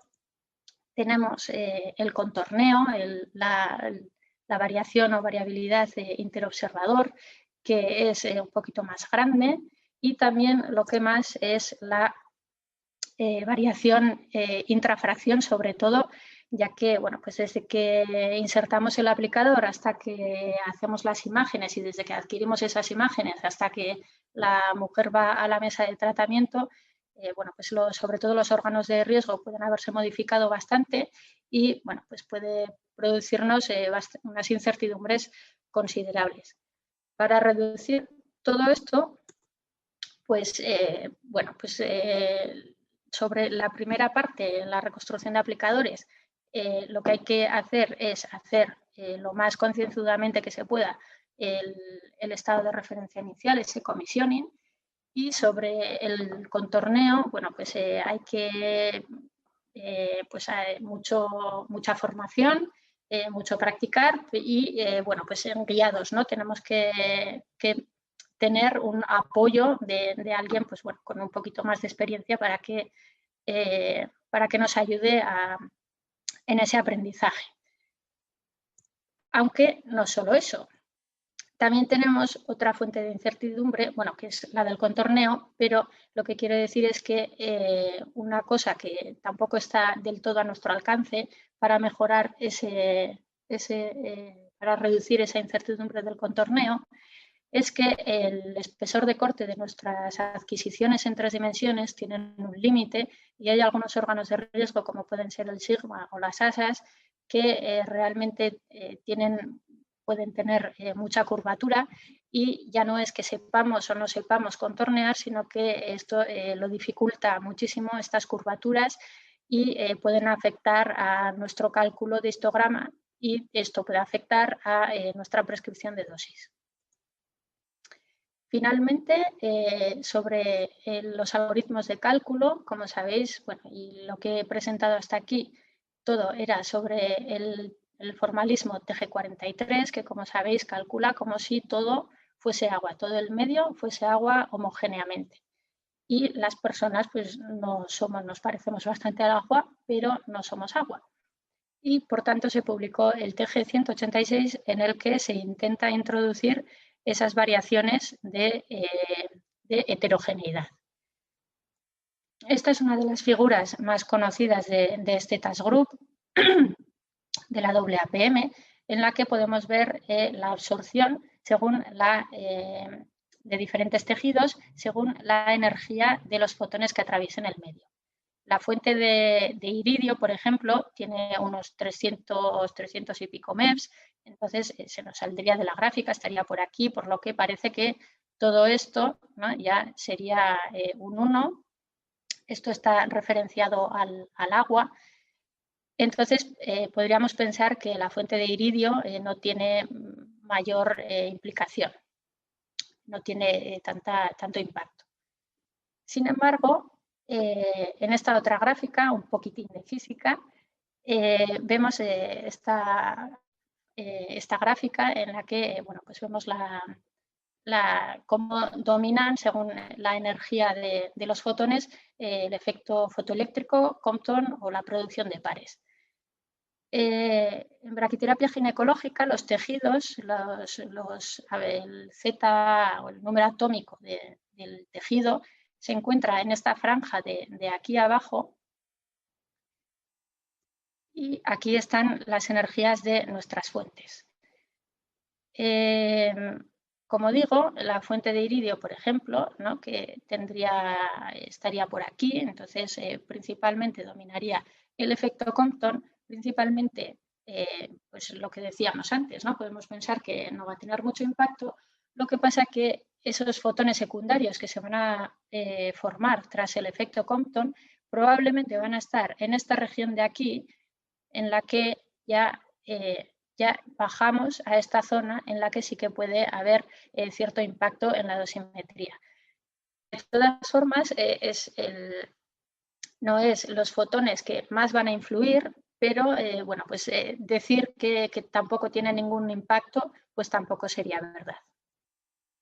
Y bueno, finalmente os he recogido aquí en esta imagen, bueno, algunas de las recomendaciones que hay muchísimas más, y casualmente todo lo que he puesto aquí se refiere al cervix, pero bueno, hay muchísima más bibliografía, y todo esto y todo lo que he contado es perfectamente extensible a situaciones que no impliquen el cervix, sino que sean también bueno, pues, zonas más bajas de la vagina.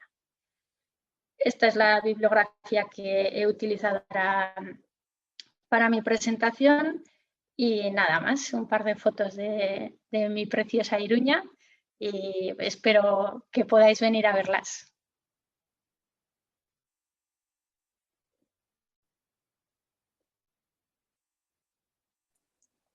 Nayara, muchas gracias por tu presentación. Realmente muy motivadoras ambas. Yo creo que vamos a empezar ya con la actividad de preguntas y respuestas. Le voy a dar la palabra al doctor Salgado para iniciar la sesión.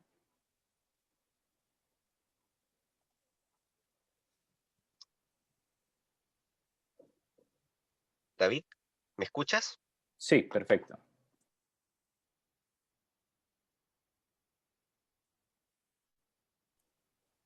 Apolo, sí. Adelante. Bueno, tenemos algunas preguntas en el chat. Vamos a hacerlas a Elena y a Nayara.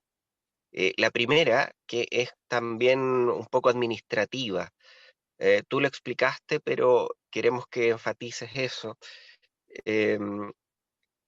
¿Cuánto se demoran, más que demorar, es invertir el tiempo de un implante por paciente? Porque vimos el circuito que involucra el escáner, la resonancia, etcétera, donde la paciente pasa una noche internada y recibe 2 fracciones de 7, después una semana y vuelve a internarse. ¿Nos podrías comentar un poco más eso de cuánto tiempo invierten por paciente para un correcto implante de braquiterapia? Si hacen un bucle en el momento de la resonancia, si agregan más agujas o colocan agujas de sobre y después ven si las van retirando o las usan o no, etcétera. ¿Nos podrías comentar un poquito más de eso? Sí, bueno, el procedimiento que seguimos, el esquema de tratamiento son 5 semanas de irradiación externa. Habitualmente empezamos el lunes, por tanto acaban en viernes. En quinta semana, a lo largo de la quinta semana de externa, hacen una resonancia de valoración de respuesta. El lunes, la sexta semana, por tanto con un intervalo de solo 2 días por el fin de semana de descanso entre la externa, ingresan para braquiterapia. Hacemos 2 ingresos, 2 procedimientos, 2 implantes, y cada uno de esos implantes 2 fracciones. Lunes a la tarde una fracción, la paciente mantiene ingreso por la noche, martes a la mañana segunda fracción después de reevaluación. Se va de alta y a la semana séptima lo mismo, ingresa lunes y se trata lunes y martes. Eso hace un total de menos de 52 días, claramente inferior. En cuanto al tiempo de procedimiento, el procedimiento pues viene a durar el procedimiento en quirófano viene a durar en torno a 1 hora, hora y media.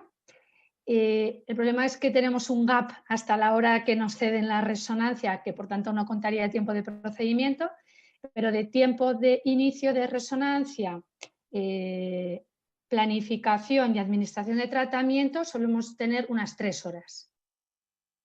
Ese es más o menos el tiempo que nos lleva a la primera fracción.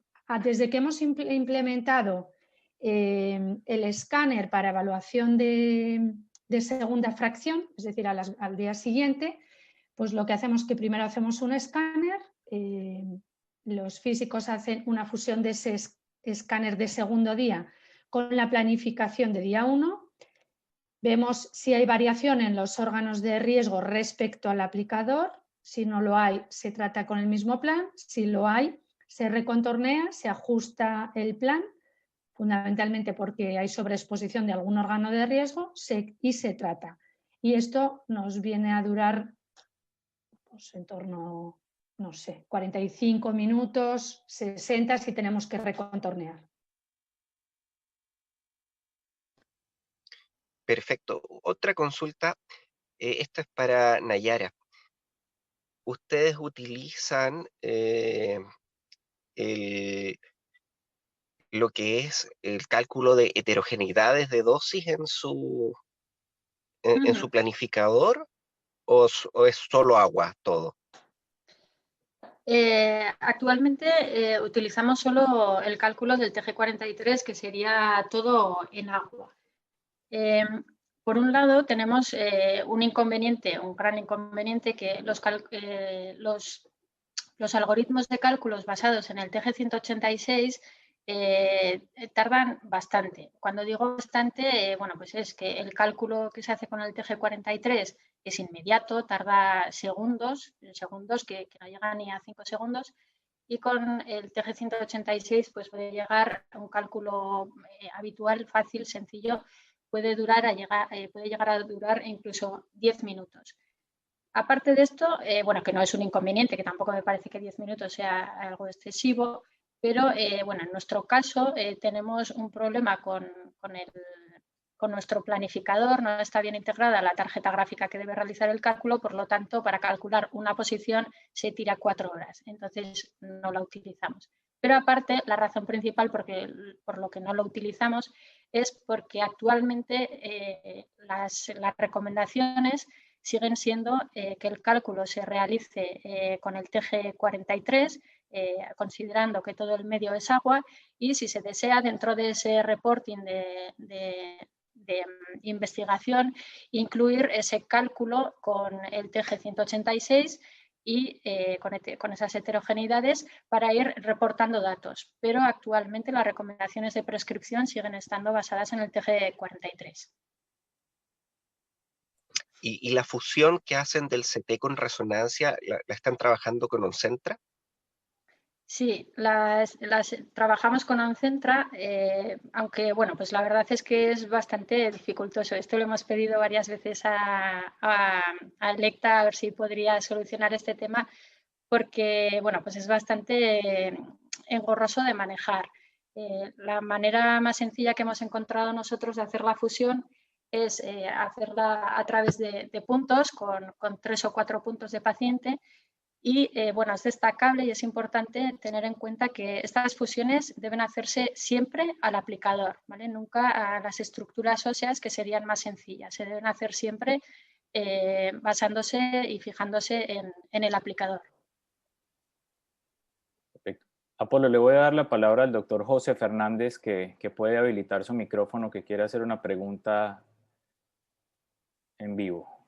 Doctor José, ¿puede habilitar su micrófono, por favor? En la parte inferior izquierda de su pantalla, en el icono de micrófono, puede habilitar su micrófono, por favor. ¿Ahora? Ya está, perfecto. Lo escuchamos, vale. doctor, bienvenido. Vale. Muy bien, perfecto.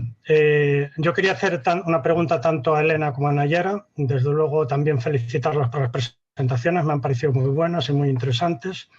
Entonces la primera pregunta que le quería hacer a Elena es que ha nombrado algo que a mí me parece muy, muy importante, y es el uso de los ultrasonidos como modalidad de planificación y de cálculo. Yo te quería hacer una pregunta, y es ¿por qué existe tanta reticencia entre los oncólogos en el uso de los ultrasonidos cuando los ginecólogos, por lo menos en el UCA, lo utilizan para estadiar en el cáncer de cervix? Hay una oncóloga, Silvia Van Dijk, que supongo la conocerás, que esta mujer lleva utilizando los ultrasonidos no solamente para planificar, no solamente para contornear y visionar el implante, sino también para planificar. Yo creo que desde el año 2008, que fue cuando tanto el doctor Prada como yo vimos en un congreso de la ESTRO, y de hecho nosotros empezamos a utilizar en tratamientos de endometrio, utilizando el stepper, el uso de los ultrasonidos para la planificación.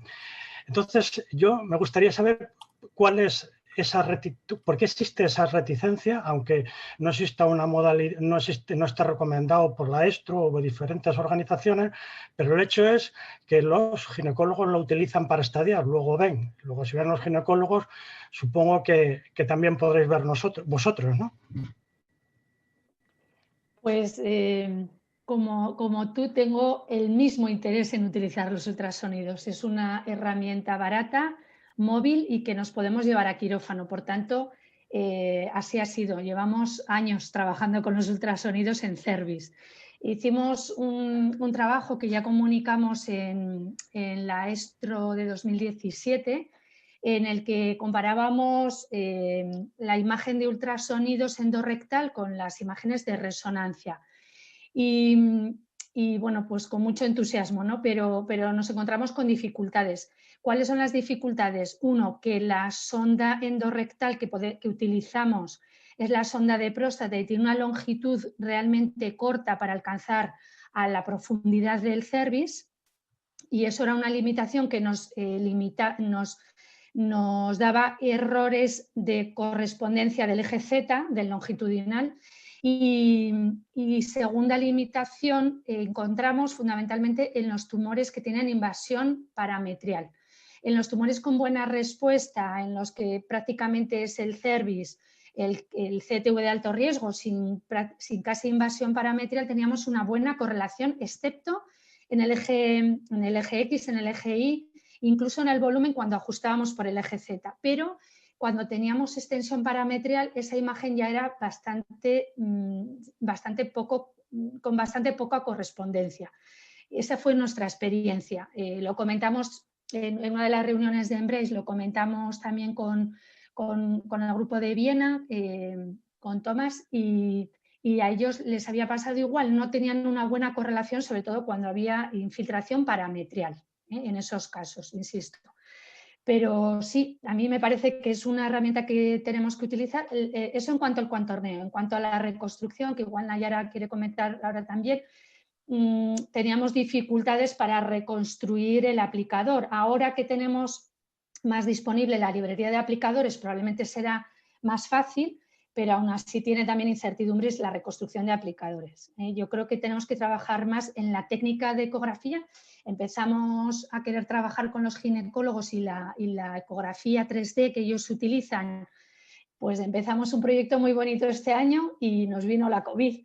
Y lo cierto es que nos paró el proyecto y la posibilidad de que viniera pues, más gente a quirófano, ¿no? Pero es algo que tenemos en mente y con ganas de ver si mejorando la técnica de ecografía nos mejora al menos la delimitación de volúmenes.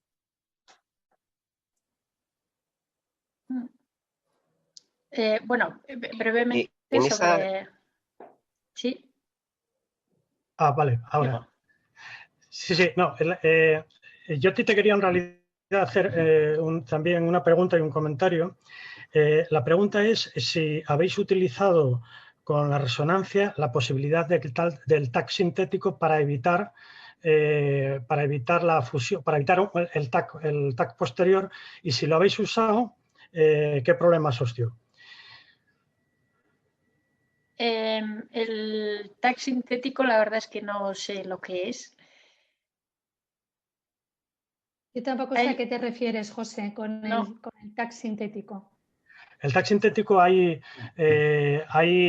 bueno, yo creo que ahora todos los fabricantes de resonancia incorporan la posibilidad de generar un TAC, que es lo que llaman el TAC sintético, que está un poco en fase de experimentación. Por ejemplo, nosotros en la resonancia que tenemos aquí en el UCA, en la última que hemos comprado con el concurso de Amancio Ortega, tiene la posibilidad de generar un TAC de imágenes abdominales, en general de imágenes de pelvis. Hay otros fabricantes que lo hacen en imágenes de cabeza y cuello, de cráneo, y eso es la generación, a través de unas herramientas de software que ellos utilizan, de generar un TAC con su densidad electrónica y tal. Claro, tiene sus problemas porque eso tiene, digamos, sus limitaciones, pero la ventaja que tiene es que tú puedes utilizar ese TAC para el cálculo de heterogeneidades sin tener que utilizar un TAC independiente de la resonancia. Vale, esto de, o sea, lo del TAC sintético, que nunca lo había oído llamarlo así, pero bueno, tampoco como, la verdad es que nunca he trabajado con una resonancia que tenga esta opción. Sí que lo había oído en el caso de resonancia LINAC, pero bueno, la verdad es que no he tenido la oportunidad de trabajar de cerca con ello. Y bueno, el tema sí que es interesante pues de cara, claro, a cuando se quiere implementar el cálculo de heterogeneidades, sí que es interesante. Lo que desconozco, como no conozco la técnica pues más que en superficie, no sé, o sea, me crea la duda de la resolución que tendrá, si sería válida o no válida, si bueno, podrían utilizarse algún otro tipo de marcadores para facilitar la reconstrucción o no, pero la verdad es que no tenemos experiencia con ello y no puedo opinar mucho más. Lo que sí quería dejar claro es que nosotros realizamos toda nuestra acción sobre resonancia, tanto el contorneo como la reconstrucción de aplicadores.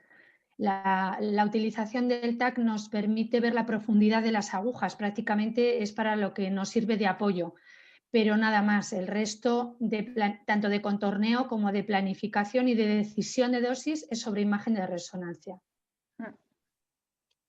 De lo mismo en cuanto a lo que es el uso de resonancia, trabajan, por lo que yo entiendo, con el resultado de volúmenes después de la radioterapia externa. No se van al inicio a una resonancia pre-radioterapia externa, solamente le dan el boost de braquiterapia al tumor que va quedando, al remanente. Vamos a ver, yo creo que eso está muy bien recogido en las guías, que es donde debe hacerse la braquiterapia. La braquiterapia debe hacerse no al tumor residual, que es el GTV, sino al CTV de alto riesgo. ¿Y qué incluye el CTV de alto riesgo? Incluye al GTV, incluye a todo el cervix, desde su extensión más proximal a nivel de la entrada de las arterias uterinas hasta la extensión distal, y incluye el resto de enfermedad residual que hubiera al inicio tanto en parametrios como en vagina y que persista en la resonancia pre-braquiterapia o en realidad en la resonancia de planificación de braquiterapia. En realidad propiamente es en la resonancia de braquiterapia. ¿Y cómo lo identificamos? Si es un resto macro, lo vamos a ver brillante en la secuencia T2 como el GTV del cervix. Si queda resto macro en el parametrio o en la vagina, lo vamos a ver como un GTV brillante. Y si lo vemos como enfermedad microscópica, lo vemos como zonas grises residuales, tanto en los parametrios como en la vagina. Y prescribimos la dosis al CTV de alto riesgo. Es verdad que sobre ese CTV de alto riesgo es sobre el que tenemos que alcanzar nuestro objetivo de dosis de 85 o 90 grade 2 equivalente. Hay un segundo volumen que es el CTV de riesgo intermedio y este sí tiene en cuenta la localización anatómica del inicio del tumor, pero se calcula a partir de una expansión del CTV de alto riesgo a esas regiones, tanto a la región más proximal del cuerpo uterino, a las regiones laterales de los parametrios y a la vagina, de entre 5 y 10 milímetros según la respuesta que ha habido del tumor. Por tanto, no prescribimos nuestra dosis a la localización al tumor inicial, prescribimos al tumor en el día de braquiterapia. Perfecto. Ahora, hay otras consultas que surgen en relación a eso. Si fuera posible o cómo ven el futuro ustedes trabajando con resonancia en 5 años más. ¿Vamos a una dosis más densa en braquiterapia? ¿Vamos escalando dosis fracción? ¿O hacia dónde nos lleva todo esto? Pues mira, el futuro yo creo que va de la mano de adaptar el tratamiento otra vez a la paciente. Ya llevamos años haciéndolo y vamos a desescalar en algunas mujeres tratamiento. De hecho, bueno, pues hay algunas experiencias pioneras con solo 3 fracciones de 7 Grays, en tumores con estadios 1B2, 2B muy precoces, y optimizar en aquellas mujeres con tumores avanzados, en los estadios 3B y 4A, la incorporación de estos nuevos aplicadores como es el Venecia, y nuevos desarrollos que tienen que hacerse de aplicadores, porque incluso el Venecia, ese maravilloso aplicador, pues tiene algunas limitaciones cuando estamos hablando de la vagina distal, de los parametrios posteriores, de la región próxima a la vejiga, tenemos algunas dificultades también, sobre todo del parametrio posterior o pararectal. Por tanto, yo creo que tiene que seguir creciendo el desarrollo de la mano de la imagen. Es decir, nuestros aplicados tienen que adaptar a la respuesta del tumor, ¿no? Y luego, en cuanto a otros desarrollos, pues yo estoy de la mano, estoy de acuerdo con José, no todos tenemos resonancia ni para todos los implantes. La ecografía es una técnica que tenemos que trabajarla y mejorarla, habrá que mejorar esa técnica. Y también el TAC, el grupo Embrace está a punto, de hecho lo iba a sacar ya este año y no lo ha publicado, así lo anunció, que lo publicaría en 2020, unas guías para TAC. No lo ha publicado y espero que en 2021 lo avance, ¿no? Nosotros estamos haciendo un pequeño trabajo de investigación, tenemos la opción de hacer TAC con energía dual y ahí estamos haciendo un trabajo de investigación para conocer cómo se ve la imagen, ¿no? Con energía dual y otra vez tanto el desarrollo de resonancia o de TAC se va a tener que comparar con la imagen de referencia que es la resonancia. Apolo, en la experiencia que ustedes tienen, ¿qué porcentaje de intersticialidad utilizan? Pues mira, en la última revisión que hicimos de ya 2017 y hoy son más, estábamos casi en el 40% de intersticial y hoy probablemente estemos haciendo bastantes más que ese 40%. Apolo, le voy a dar la palabra al doctor García, César García, que quiere hacer un comentario. Doctor García, puede habilitar su micrófono. Gracias, David. Elena. Hola, Nayara, qué gusto oíros. Desde hace un año que estuve en Navarra. Felicitaciones por la charla. Un Elena, abrazo, César. La pregunta es, ¿habéis avanzado algo en el uso de máquinas para resonancia? Poco hemos avanzado. Es verdad que estamos hace poco con un grupo de Valencia que estamos desarrollando algún trabajillo, pues sí que estamos intentando desarrollar algún marcador para resonancia, ya que bueno, los marcadores metálicos no se ven negros y dentro del aplicador no alcanzan a verse.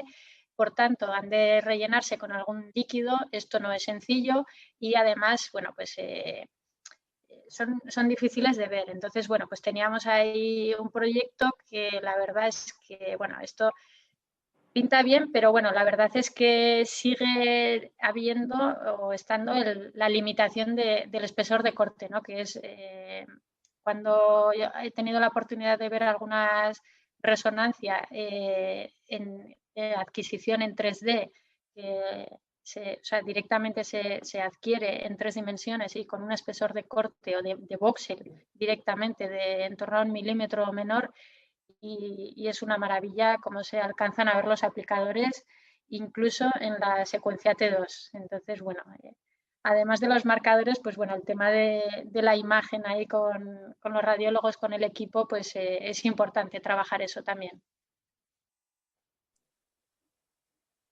Yo tenía una pregunta adicional respecto al esquema de bus integrado que utilizan cuando hacen bus ganglionar, si hacen diferenciación de dosis en los ganglios que son pélvicos, en los ganglios que son paraórticos, si utilizan campo paraórtico profiláctico o no, y cómo hacen el esquema de sumatoria de dosis de braqui más la externa, qué dosis utilizan para la sumatoria, los 2 centímetros cúbicos, puntos máximos, medios, etc. Mira, en el esquema, en el nuevo protocolo de Embrace 2 está muy bien recogido La verdad es que está publicado, con lo cual se publicó en 2019 en Clinical Translational Oncology y por tanto está accesible para todo el mundo, no solo para los participantes de EMBRACE 2. Y estamos utilizando el esquema de irradiación externa 45 grays a 1.8.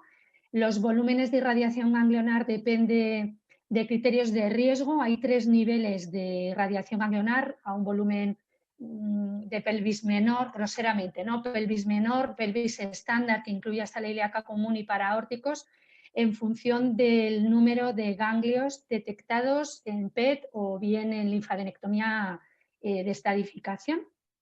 Y cuando hacemos bus ganglionar está integrado. Cuando los ganglios están en la región pélvica van a un fraccionamiento de 2,5 y cuando está en la región paraórtica de 2,7 para llevar a una dosis acumulada equivalente a 60 grays sobre esos ganglios, teniendo en cuenta que en la irradiación pélvica hay una cierta contribución de la braquiterapia sobre esos ganglios. Y entonces se reduce un poquito la dosis de prescripción.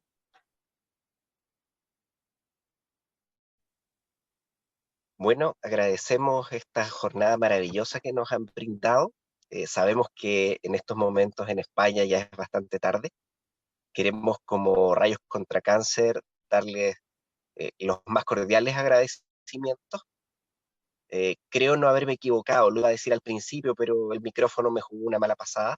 Hicimos una pequeña lista de autores, de grandes líderes de la braquiterapia en estos momentos, y le voy a contar algo que cuando la estábamos confeccionando, la primera persona que apareció fue Elena Villafranca. Entonces dijimos, la tenemos que invitar y tenemos que hacer el contacto y tenemos que llegar a ella.